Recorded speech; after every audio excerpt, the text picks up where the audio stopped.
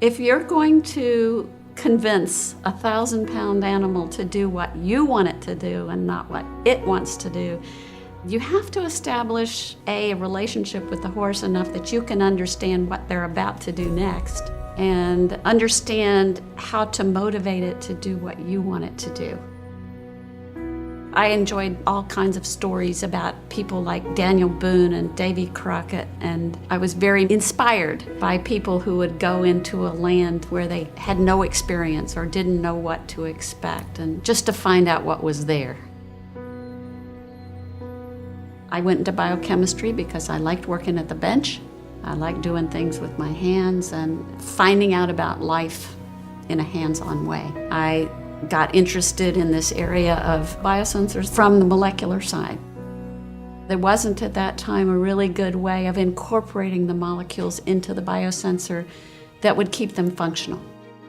So I was interviewing people to see if somebody would take me on as a graduate student. And one man asked me, "Do you like to cook?" I said, "I love to cook." And he said, "Well, how do you do it?"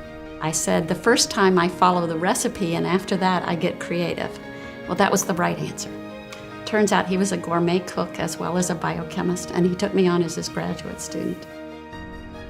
A biosensor is a piece of hardware that incorporates a biological molecule to do detection.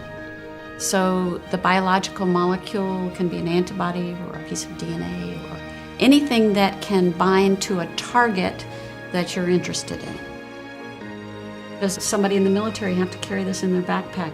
Or does the user need it to be a handheld diagnostics? Or is it going to fit in an unmanned vehicle? I have spent a lot of time working on projects with groups of very independent, very self-confident, very talented, very smart people. The more you can bring what you want to happen in concert with what they want to do, the more likely everybody will feel happy and you'll get to where you want to go.